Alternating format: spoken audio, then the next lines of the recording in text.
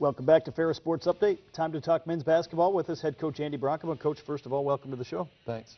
Busy week this past week. Despite the Thanksgiving holiday, you had a chance to go on the road Tuesday night at Cedarville, playing a regional contest, and off to a 4-0 start with a big win on the road at Cedarville.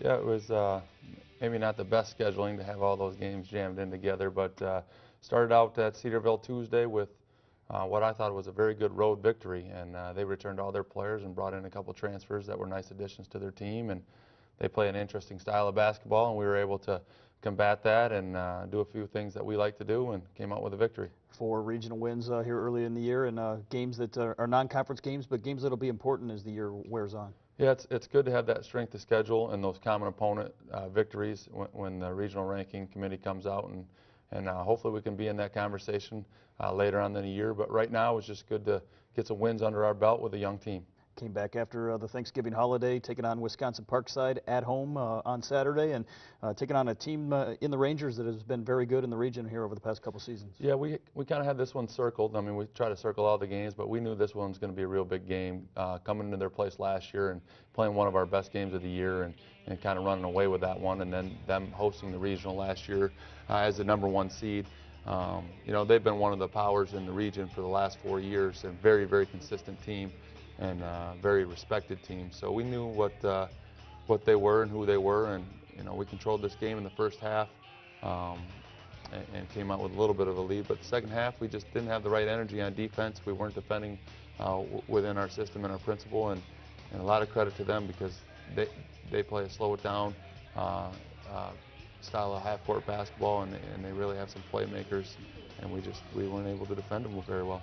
Peter Furlick with the basket right there. He's been a good offensive player for you here early on in the year. Well, yeah, Pete had a great summer, and he's just looking to expand his game all year long. I mean, last year he came off the bench for us and played real well with energy. This year he gets a few more chances to shoot the ball, so you're seeing some of his skills. But he's a great to-the-basket player, and he can shoot the outside shot when he has to.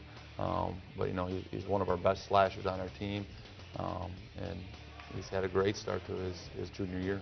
As we watch the highlights here back and forth, as you mentioned it throughout the first half, Zach Hankins here down low, and he's off to a fantastic start here in the sophomore season. Yeah, Zach is a sponge. You know, you teach him a few different things and challenge him with some, you know, maybe some more complex pivots and moves inside, and he can get those down and master those. And you know, he's just active around the rim, and you know, he likes to dunk the ball. So that's always a good thing with a big man. But his next stage is just going to be to deal with the double teams and deal with them well. And you know, he had another good game here. I wish we'd have got him some more shots. That's probably something I should have done a little bit better as a coach, called a few more plays his way. Here we see a couple three-pointers. Andrew Meacham, Quentin Ruff, guys that were on the team last year. Certainly a very, very deep lineup this year with 12 guys that you've been playing here early on. Yep, we have a deep lineup, and it's a very good thing, but it can be an interesting thing too to find the right rhythm and subbing everybody in and out. So that's our challenge right now, is just to make sure these guys you know, buy into the depth, but also, you know, find a rhythm in their game. And I think for the most part we've been able to do that. And this game right here was just more of a defensive struggle on our part, being able to defend their actions. But lots of different weapons and tools there. You see Marquise going coast to coast. And you know, he's been I think a surprise to a lot of people in the stands, but maybe to us, you know, we kind of knew what kind of tools he had. So pretty excited for this season. They come up with a big dunk here, but Zach Hankins will answer with a big dunk of his own at the other end of the floor, and back and forth here in the second half until they finally made a late run to kind of take control at the end. Yeah, they spaced us out and ran a few good actions, hit a few big shots, and you know, it just creeped up there to 10 points, and before you know it, we had to do some pressing, and we just really couldn't close the gap. Lost to a pretty good team here, actually a really good team, D2 power, and I would like to have just ran it back and played it again real quick, but we weren't able to do that. Luckily, we had another game coming the next day to get the stink off. 85-75, the final in this one. You boarded the bus right away, got on the road, and then traveled to Illinois State to take on a Division I opponent on Sunday here in an exhibition game.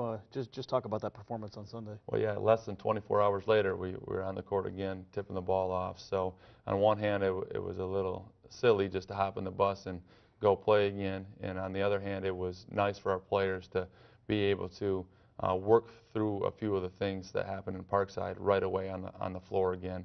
And it was a great opportunity to play, you know, Illinois State, who was picked second in their league, and you know, a really good test and a really good team. And I was proud of the way we competed, and we just didn't take care of the ball very well, so we didn't give ourselves a shot at the end to pull away with it. 81-67 the final in that one, but a game that prepares you for the conference season, which starts this week, and always great to play teams like that here as you get ready for conference play. Well, yeah, that whole experience is a great experience. You know, we got some recruits down in that area, and some of our current players' families are down in that area, so they get to, you know, just hug and touch and feel the players and get to know them, and you know, their teammates and everything. So that's just a good thing. And then competing at that type of level, it does do something for your program. But you know, we expected to keep it a little closer than it became at the end. I think it was 14 at the end, but you know, we were right there where we needed to be within striking distance. But again, they turned us over, and it's a credit to, you know, their defense and their strength, their size, athleticism, all that. But I'd like to see us take care of that basketball and come away with that victory. This week, as you start GLIAC play, Ohio Dominican on Thursday, and then on Sunday against Findlay. Talk about these two opponents, what you expect out of these two as you start conference action. Yeah, absolutely. I mean, obviously, you know, Findlay is easy to talk about, but Ohio Dominican is a team people should be talking about. You know, they're 4-1. This is the fourth year with their coach, Dan Evans, in their system, and he's got all his players in. There's no seniors. Kind of like us, we got one senior, and we took the job in the same year. So he's got a really good system with some talented players, and they're hot right now, coming in with some nice wins, and their only losses in overtime. So playing them on a neutral floor at Big Rapids, it's going to be an interesting matchup, and we're looking forward to the competition. And it's going to be a real good game, and I'm just surprised more people aren't talking about Ohio Dominican right now. They're looking really good, and it's going to be a fun test. And then Findlay's Findlay. They've been a power in the league. This is the last year in the league for both these schools. But so maybe, hopefully we can continue to schedule these guys, both these teams, but might be the last time we see Findlay for a while. So they've been a Division II power, certainly a power in the GLIAC and a national champion. Looking forward to that contest, too. You mentioned the GLIAC, and obviously some of these teams leaving at the end of the year. Just talk about how competitive this final season as the GLIAC, as it stands right now, is going to be. It's going to be a heck of a season. I mean, we have just up and down the league, great teams, great coaches, interesting players, talented players. So the strategies and the, you know, the chess match back and forth is just something to look forward to. Every night you have to compete. And losing some of those schools is unfortunate, I think, but then the schools we're bringing in and the schools that are staying, I think it's going to just amp up some of the traditional rivalries, more of the state schools, and our league probably top to bottom is going to be as strong as it's ever been. It's just going to be a little different look. Well, Coach, best of luck to the Bulldogs this week as you open GLIAC play Thursday night against Ohio Dominican and Sunday against Findlay. Thanks, Robert. We'll be back with more Ferris Sports Update right after this.